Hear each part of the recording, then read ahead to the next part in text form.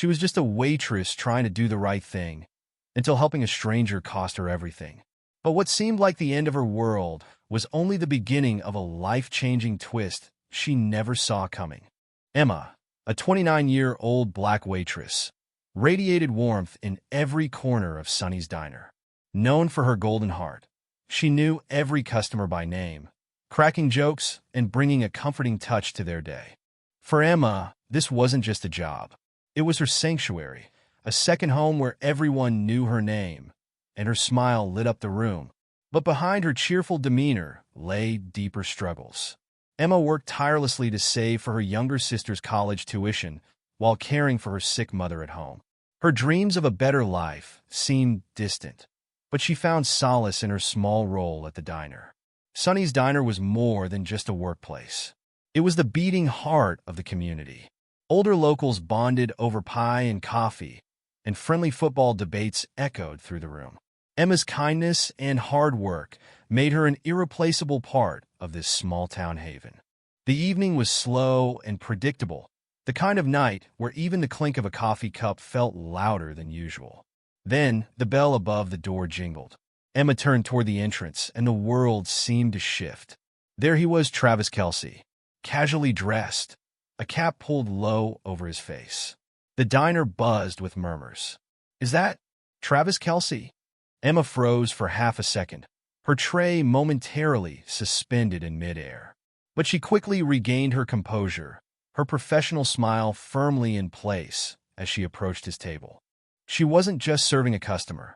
She was standing face-to-face with a legend. "Good evening. What can I get for you?" she asked, her voice steady despite the rush of adrenaline. "A slice of apple pie and some black coffee, please," Kelce replied, his tone humble and polite. Emma noticed how unpretentious he was, almost as though he didn't realize the weight his presence carried. For a moment, she quietly marveled at how someone so famous could seem so normal. The words hit her like a blow. The room was so quiet you could hear the hum of the old diner lights. Emma's hands trembled as she slowly set the coffee pot down. A proud Buffalo Bills fan with a knack for stirring trouble, Earl leaned back in his chair, pointing a finger toward Travis Kelce. "You think we don't see through all that charity work?" Earl sneered, his voice carrying through the diner. "PR stunts, that's all it is. Just another way for the big shots to make themselves look good." The room went dead silent. Forks froze midair. Patrons exchanged nervous glances, unsure of how the man in the cap might respond. Emma, standing a few feet away with a coffee pot in hand, felt her hands tremble as the tension crackled in the air. She knew the unwritten rule of the diner: don't get involved in the customer's drama. But as her eyes darted between Earl's smug grin and Kelsey's composed but slightly pained expression, something inside her snapped. She couldn't stay silent. Stepping forward, Emma's voice broke the silence, steady but firm. "Travis Kelce isn't just a football player. He's helped kids go to college with scholarships, built fields in neighborhoods that needed them, and donated millions to support mental health." All eyes were on her now. Earl's confident smirk started to fade. Emma didn't stop. "That's real impact. Helping people, not just looking good for the cameras. So, Earl, tell me, what have you actually done to help someone else lately?" Earl's face turned crimson, his anger barely concealed. The diners sat on the edge of their seats, their reactions split. Some nodded subtly in agreement with Emma, while others shifted uncomfortably in their chairs, as if trying to avoid getting pulled into the confrontation. Kelce, who had remained silent through the entire exchange, looked up from his coffee. His eyes met Emma's, and in that moment, there was no need for words. His expression, a mixture of gratitude and quiet admiration, spoke volumes. Earl scoffed, muttering something under his breath as he pushed his chair back and stormed out of the diner. The tension lingered in the air like the hum of a static charge, but Emma stood her ground, her heart pounding. It wasn't until the bell above the door jingled again, marking Earl's exit, that the room seemed to exhale. A few patrons gave Emma small, approving nods. Others returned to their meals, trying to pretend nothing had happened. Emma glanced down, realizing her hands were still trembling. She quickly busied herself by refilling coffee cups, her mind racing. Emma stood tall, her trembling hands betraying the weight of her decision. Right or wrong, she couldn't stay silent, even if it meant breaking the unspoken rules of the diner and risking the stability she worked so hard to maintain. The tension in the diner was still palpable when Mr. Sullivan, the owner, burst through the kitchen doors. His face was red with fury, his booming voice cutting through the fragile silence. "Emma," he barked, "we don't argue with customers here. This is a place of business, not a debate club." Emma froze, the coffee pot still in her hand. "Mr. Sullivan, I wasn't trying to argue. He raised a hand, cutting her off mid-sentence. "I don't want excuses. Earl is a regular, and I won't have you scaring off my customers. You're fired. Effective immediately." The words struck Emma like a sharp blow to the chest, stealing her breath. The diner fell deathly silent, the faint hum of the old fluorescent lights filling the heavy air. Her hands shook as she carefully placed the coffee pot back on the counter, the warmth of the glass barely registering against her trembling fingers. Swallowing hard, she reached behind her neck to untie her apron, her voice breaking as she addressed the room. "I'm sorry to anyone I made uncomfortable." Her eyes swept across the familiar faces of the patrons she had served for years, her heart heavy with both regret and pride for standing her ground. She placed the apron on the counter, straightened her posture, and walked toward the door. Her head was held high, but the tears in her eyes betrayed her pain. As she stepped outside into the cold night, the icy wind bit at her cheeks.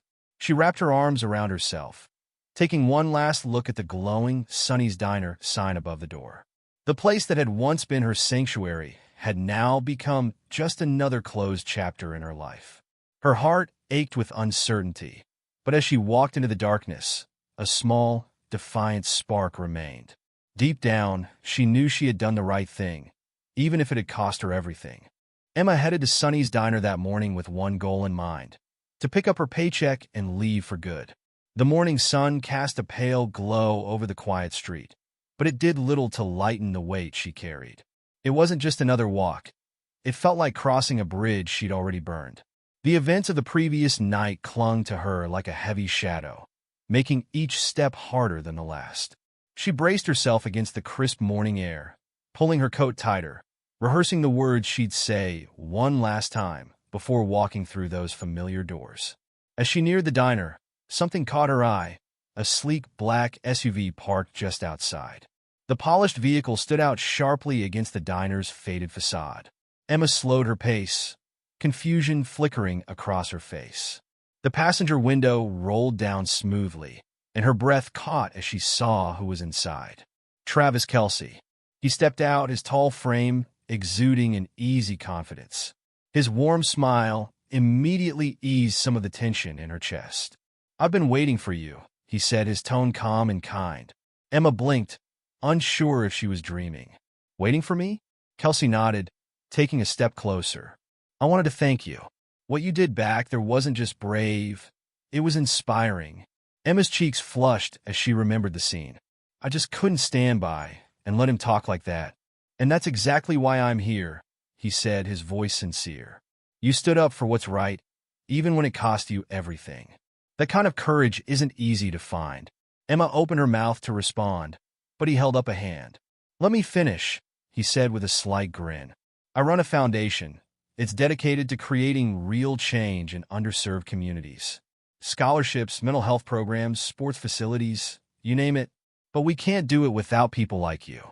People who see what's wrong and refuse to stay silent." Emma stared at him, her mind racing. "What are you saying?" Kelce's smile widened. "Emma, I run a foundation for underserved communities. We need people who stand up for what's right, people like you." Her heart skipped a beat. "You want me to work for your foundation?" "Yes," he said simply. "We need people like you. People who stand up for what's right, no matter the cost." For a moment, Emma could only stare at him, the weight of the last 24 hours suddenly lifting. She felt a spark of hope she hadn't felt in years, a glimmer of possibility in a life that had so often felt defined by struggle. A tear slipped down her cheek, and she quickly wiped it away, a small smile breaking through her disbelief. "I don't know what to say."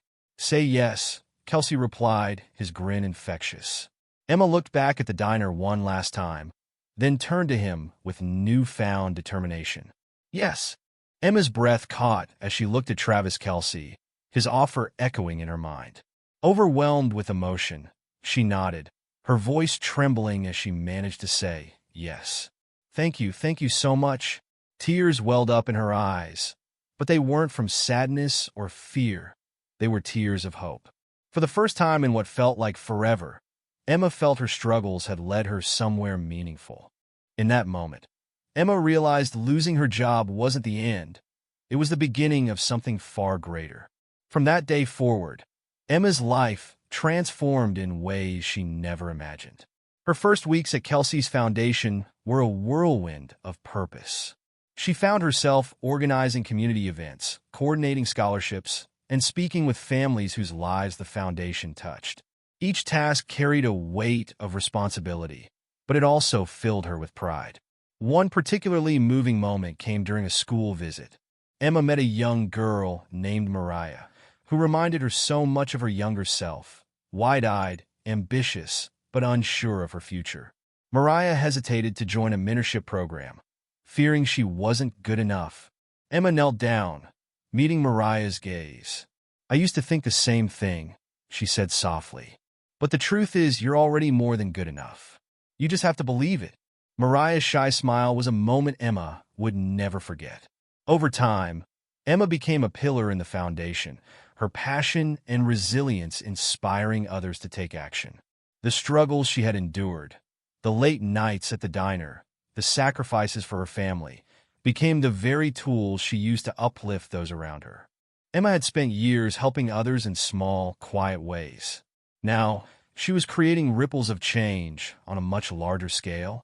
The story comes full circle as Emma speaks at a community event, standing tall and confident, with her mother and sister beaming in the audience. What started as a bold defense in a diner became the foundation for a new life, one filled with purpose, hope, and the power to make a difference. "I thought losing my job was the worst thing that could happen to me, but it turns out it was the best thing that ever happened."